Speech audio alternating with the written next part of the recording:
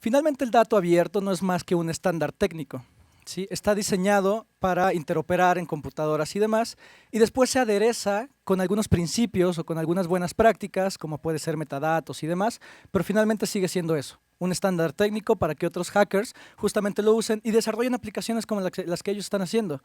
Pero ¿qué pasa cuando el dato no está? Ni siquiera existe, ni siquiera podríamos hablar del dato, ni siquiera vamos a pensar que el dato está abierto. Y eso me llevó entonces a recordar una anécdota que ahora mismo estamos construyendo con una organización que se llama El Caracol, aquí en México, que particularmente es una organización a quien yo admiro mucho porque trabaja con poblaciones en situación de calle, básicamente homeless. Esta organización se dedica a brindar asistencia legal, asistencia médica y otro tipo de asesoría a personas que, pues sí, literalmente viven en la calle.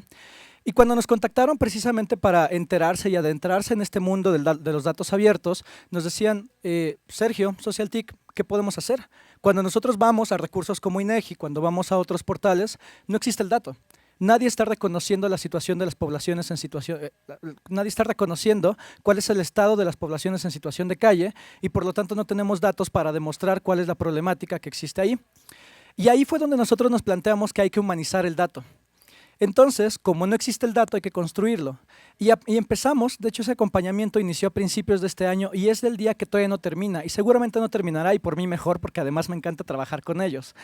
Ese proceso de humanizar el dato es literalmente construir la información que en ese momento no existía y si existe, una vez que se haya recolectado, cómo y para quién le va a servir, que entonces es la trascendencia del dato.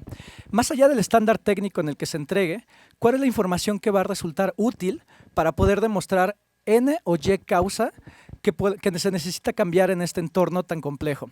Seguramente si ustedes estuvieron ayer, si ustedes estuvieron presentes en la conferencia en la Ciudadela y caminaron alrededor de la zona, pudieron localizar, si es que no los ignoraron, a muchas de las personas a las que el Caracol atiende.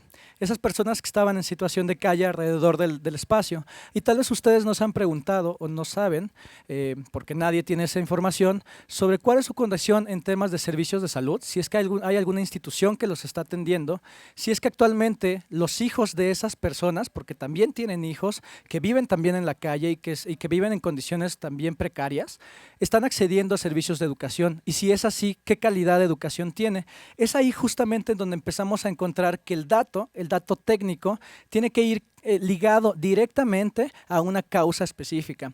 Ante la incapacidad de los gobiernos de liberar datos, la lentitud con la cual se está liberando el dato y también la pobre oferta temática que existe en el dato, entonces sociedad civil y grupos como los que estamos aquí enfrente tenemos que tomar las riendas y empezar a liberar el dato de otras formas, no solamente desde el scrapeo, no solamente desde lo que hace por ejemplo INEGI Fácil, que es facilitar la plataforma, o lo que hace IMCO con visualizar y acercar el dato a las personas, sino también desde la construcción del dato mismo para el beneficio común.